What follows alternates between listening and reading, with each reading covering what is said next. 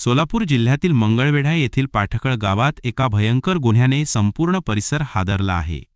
या घटनेत एका विवाहित महिलेच्या आणि तिच्या दिराच्या अनैतिक संबंधांमुळे एका निरपराध महिलेची क्रूर हत्या झाली आणि आत्महत्येचा बनाव रचण्यात आला। पोलिसांच्या तीक्ष्ण तपासाने हा बनाव उघडकीस आला आणि एक धक्कादायक सत्य समोर आलं। चला या प्रकरणाची सविस्तर कहाणी जाणून घेऊया। सावंत कुटुंबातील कट अनैतिक संबंधांचा भयावह परिणाम। मंगळवेढा तालुक्यातील पाठकळ गावातील सावंत कुटुंबात हा भयंकर प्रकार घडला।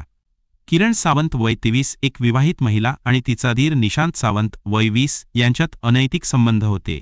किरणचा पती नागेश सावंत याला याची काहीच कल्पना नव्हती। किरण आणि निशांत यांना कुटुंबापासून आणि गावापासून दूर जाऊन नव्याने संसार सुरू करायचा होता, पण त्यासाठी त्यांनी रचलेला कट इतका भयानक आणि क्रूर होता की त्याने सर्वांनाच हादरवलं। किरण आणि निशांत यांनी किरणच्या आत्महत्येचा बनाव रचला जेणेकरून कुटुंबीय आणि पोलिसांचा शोध त्यांच्यापर्यंत पोहोचणार नाही। या भयंकर योजनेसाठी त्यांनी एका निरपराध वेडसर महिलेला बळी बनवलं। ही महिला पंढरपूरच्या रस्त्यांवर आपल्या हरवलेल्या मुलाच्या शोधात सैरावैरा भटकत होती। निशांतने जुलै 11 रोजी तिचं अपहरण केलं। त्यांनी तिला एका पडक्या घरात नेलं आणि गळा दाबून तिची हत्या केली। यानंतर तिचा मृतदेह नागेश सावंत यांच्या घराजवळील गवताच्या गंजीत ठेवला। रात्री 2:30 वाजण्याच्या सुमारास निशांतने या गंजीला आग लावली। यावेळी किरण आधीच घरातून बाहेर पडून जवळच्या डाळिंबाच्या बागेत लपली होती। आग भडकताच परिसरातील ग्रामस्थ धावत आले आणि आग विझवण्याचा प्रयत्न केला। निशांत देखील या गर्दीत सामील झाला, जणू त्याला काहीच माहिती नाही। गवताच्या गंजीत अर्धवट जळालेला मृतदेह सापडला आणि त्याजवळ किरण सावंतचा मोबाईल फोन आढळला। यामुळे सर्वांचा समज झाला की किरणने स्वतःला जाळून आत्महत्या केली आहे।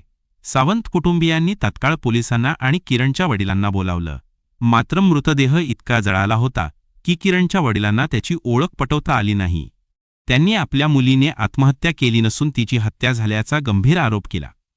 किरणच्या वडिलांच्या आरोपामुळे पोलिसांनी तपासाला सुरुवात केली। जळालेल्या मृतदेहाजवळ सापडलेला किरणचा मोबाईल फोन हा या प्रकरणाचा महत्त्वाचा पुरावा ठरला। किरण आणि निशांत यांनी हा मोबाईल तिथे जाणीवपूर्वक ठेवला होता जेणेकरून मृतदेह किरणचा आहे असा समज व्हावा। पण पोलिसांनी मोबाईलचा CDR कॉल डिटेल रेकॉर्ड तपासला आणि त्यात निशांतचा नंबर आढळला। यामुळे पोलिसांचा संशय निशांतवर गेला। त्याला ताब्यात घेऊन कसून चौकशी केली।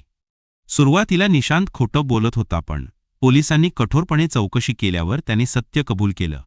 त्याने सांगितलं की किरण जिवंत आहे आणि ती कराड येथे लपली आहे। पोलिसांनी निशांतच्या मोबाईलवरून किरणला व्हिडिओ कॉल लावला। कॉलवर किरणचा चेहरा दिसताच पोलिसांना ती जिवंत असल्याची खात्री पटली।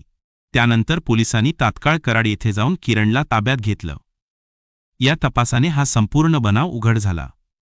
किरण आणि निशांत यांनी मिळून एका निरपराध महिलेची हत्या करून तिच्या मृतदेहाला किरणचा बनावट मृतदेह म्हणून सादर केलं होतं। पण पोलिसांच्या हुशारीने आणि तांत्रिक पुराव्यांमुळे त्यांचा हा क्रूर कट उघडकीस आला। किरणचा पती नागेश सावंत यांना या प्रकरणाने मोठा धक्का बसला आहे। नागेश आणि किरणला 1-2 वर्षांची मुलगी आहे। नागेश म्हणाले, किरणने हे सगळं करताना आमच्या मुलीचा विचारही केला नाही। आमचं कुटुंब आता भीतीच्या सावलीत आहे। मला आणि माझ्या कुटुंबाला किरण आणि निशांतच्या प्रेमप्रकरणाची काहीच माहिती नव्हती। निशांतनेच रात्री धावत येऊन सांगितलं की गवताच्या गंजीला आग लागली आहे। आम्ही आग विझवायला गेलो तेव्हा आत मृतदेह दिसला। आम्हाला वाटलं तो किरणचाच आहे।